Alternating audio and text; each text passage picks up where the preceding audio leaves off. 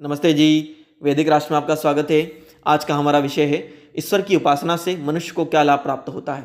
आज के इस लेख के लेखक हैं वैदिक विद्वान मनमोहन कुमार आर्य, देहरादून से। आगे बढ़ने से पहले वेद और वेद से संबंधित वेद प्रचार के, वेद सिद्धांतों के वीडियोस, महापुरुषों के जीवन प्रसंग, वैदिक भजनों से संबंधित वीडियोस लगातार हम आपके लिए लेकर आते हैं। इस कार्य में हमारा सहयोग करें, वेद प्रचार के हमारा उत्साहवर्धन करें, हमारे वीडियोस को लाइक करें, शेयर करें, सब्सक्राइब करें, अपने कीमती सुझाव कमेंट अवश्य करें, अपने सभी इष्ट मित्रों के साथ इस वीडियो को शेयर करें ताकि हमारा उत्साह बना रहे। आइए आगे बढ़ते हैं। मनुष्य कोई भी काम करता है तो वह उसमें प्रायः अपनी हानि और लाभ को अवश्य देखता है। यदि किसी काम में उसे लाभ नहीं दिखता तो वह उसे करना उचित नहीं समझता। ईश्वर की उपासना भी इस कारण से नहीं की जाती कि लोगों को ईश्वर का सत्य स्वरूप व उपासना से होने वाले लाभों का ज्ञान नहीं है।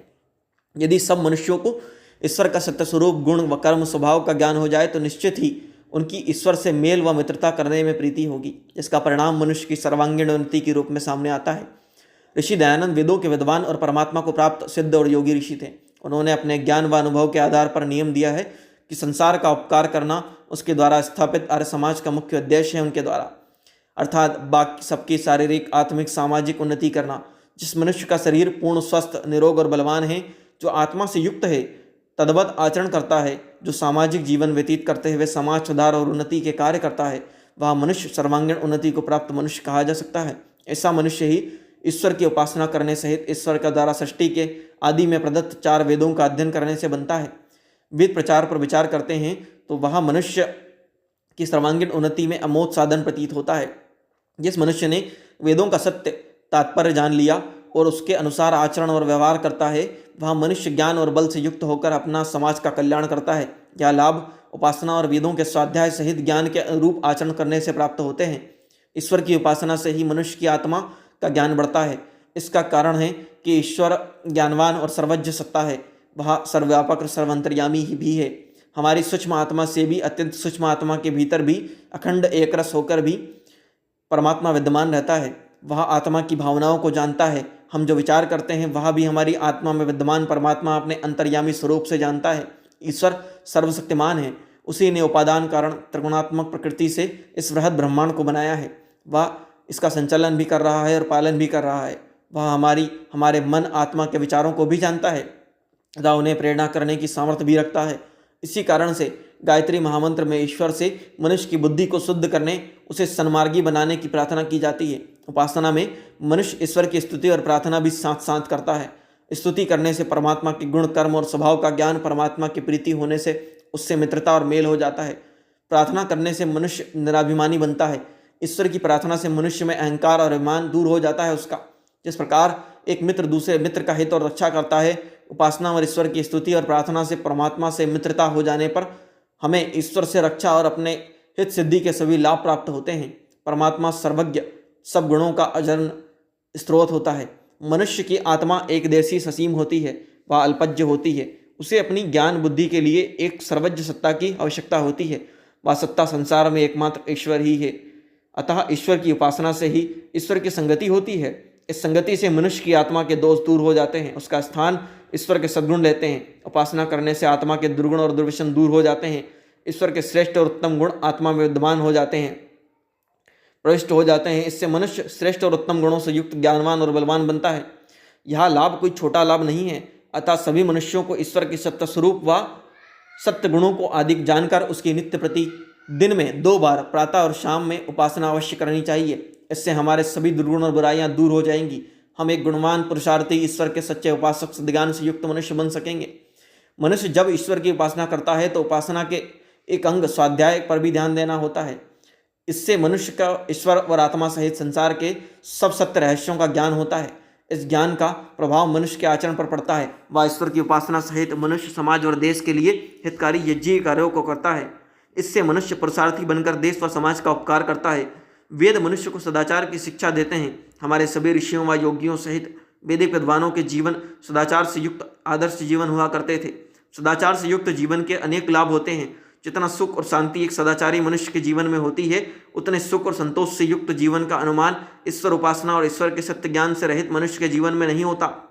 ईश्वर ज्ञान व उपासना से रहित जो मनुष्य भौतिक इंद्रियों के सुख का जीवन व्यतीत करता है वह जीवन परिणाम के दुखदायी होता है। उसका इंद्रिय भोग से मनुष्य का शरीर निर्बल हो जाता है, इससे रोग होकर मनुष्य को दुख होते हैं मनुष्य को। अतः एक उपासक का जीवन ऐसा ही जीवन होता है जिसमें रोग नहीं होते, अत्यंत न्यून मात्रा में ही होते हैं। उपासक के जीवन में सुख और संतोष की असीम मात्रा होती है, उसे उत्पन्न किया जा सकता है जो अन्यथा नहीं होती। ईश्वर की उपासना व वेदों के स्वाध्याय से मनुष्य को सत्कर्मों की प्रेरणा मिलती है। सत्कर्मों में परोपकार व दान आदि भी सम्मिलित होते हैं। जीवन यापन के लिए मनुष्य व्यवसाय तो करता ही है, परंतु उपासना से युक्त मनुष्य का व्यवसाय सदाचार व सदाचरण से युक्त होता है। वेदों में कहा गया है कि अविद्या और सत्कर्मों से ही मनुष्य मृत्यु से पार जाता है। वेदों में यह भी कहा गया है कि ईश्वर को जानकर मनुष्य मृत्यु से पार जाता है। यह दोनों बातें परस्पर समान है, जिसका अर्थ है कि सद्ज्ञान और ज्ञान युक्त आचरण व व्यवहार दोनों को साथ साथ करने से ही मनुष्य मृत्यु के पार जाता है और मोक्ष को प्राप्त होता है। अतः उपासना और सत्कर्मों से मनुष्य को मृत्यु पर विजय प्राप्त होती है, अमृतमय मोक्ष की प्राप्ति होती है। उपासना होने से होने वाले लाभ का भी महत्व संसार में सबसे बढ़कर है। अतः सभी को उपासना करते हुए ईश्वर से प्राप्त प्रेरणा के अनुसार सत्कर्मों और परोपकारों को दान आदि यज्ञीय कार्यों को करते हुए करना चाहिए, करते रहना चाहिए। उपासना व स्वाध्याय से ईश्वर जीवात्मा सृष्टि के ज्ञान सहित मनुष्यों के कर्तव्य का बोध होता है। इससे मनुष्य असत्य मार्ग का त्याग करके दुखों से बचता है तथा सन्मार्ग पर चलकर मनुष्य जीवन के लक्ष्य मुक्ति के लक्ष्य की ओर बढ़ता है, प्राप्त करता है। उपासना से मनुष्य को आनंद की प्राप्ति होती है, जो अन्य किसी उपाय और साधन से नहीं होती। ईश्वर आनंद स्वरूप है। उपासना से मनुष्य का आत्मा अमर परमात्मा से संयुक्त हो जाता है। इससे परमात्मा का आनंद जीवात्मा को अनुभव होता है। यदि उपासना नहीं करेंगे तो परमात्मा के आनंद को ना जान पाएंगे और ना ही अनुभव ही कर पाएंगे। परमात्मा ने हमें पुरुषार्थी बनने की प्रेरणा मिलती है परमात्मा से। परमात्मा कभी विश्राम नहीं करते, वह संसार के कल्याण के लिए प्रत्येक पल हर क्षण कार्य करते रहते हैं। उन्होंने सारे ब्रह्मांड को धारण कर रखा है। संसार में सभी नियमों का पालन होता हुआ देखने को मिलता है। सूर्य समय पर उदय और अस्त होता है, समय पर सभी ऋतुएं आती जाती हैं। मनुष्य जन्म और मरण, जीवन के सुख दुख भी ईश्वर व्यवस्था के अनुसार मनुष्यों को प्राप्त हो रहे हैं। अतः ईश्वर के सतत क्रियाशील गतिशील पुरुषार्थ से युक्त जीवन को देखकर उपासक को भी सत्कर्मों और परोपकार की प्रेरणा मिलती है। ईश्वर की उपासना से मनुष्य पाप कर्मों को करने से बचता है। उपासक पाप नहीं करता, यदि करता है तो उसे ईश्वर उसे पाप करने से बचाता है। यदि कोई मनुष्य उपासना करने के साथ पाप कर्मों का व्यवहार भी करता है तो उसकी उपासना में खोट और कमी होती है। संसार में ऐसे भी मत व संप्रदाय हैं जो पुण्य व पाप कर्मों के अंतर ही नहीं कर पाते।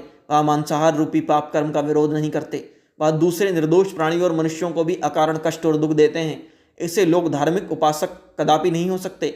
वैदिक आधार पर उपासना करने से मनुष्य पापों से सर्वथा मुक्त हो जाता है।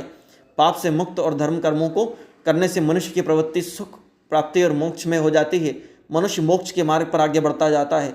उपासना और धर्म करने से मनुष्य का परजन्म और पुनर्जन्म तो निश्चित ही सुधरता है।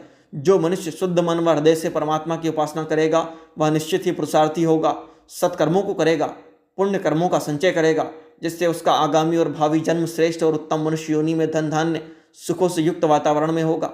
इन सब कामों को करते हुए उपासक और साधक को आवश्यकता अनुसार धन भी प्राप्त होता है, जिसका त्यागपूर्ण प्रयोग करने से भोग करने से उपासक उसको दूसरों को दान देकर उसकी सहायता और उन्नति सहयोगी भी बनता है।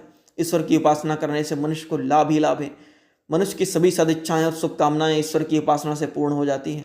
मनुष्य को उपासना और साधना करने के साथ ही वेद एवं सत्यार्थ प्रकाश ग्रंथ सहित ऋषि दयानंद के जीवन चरित्र का भी अध्ययन करना चाहिए। इससे उपासना की सफलता सहित मनुष्य को शारीरिक, आत्मिक और सामाजिक उन्नति के लाभ भी प्राप्त होंगे। ओम। प्रस्तुत लेख के लेखक हैं वैदिक विद्वान मनमोहन कुमार आर्य, देहरादून से।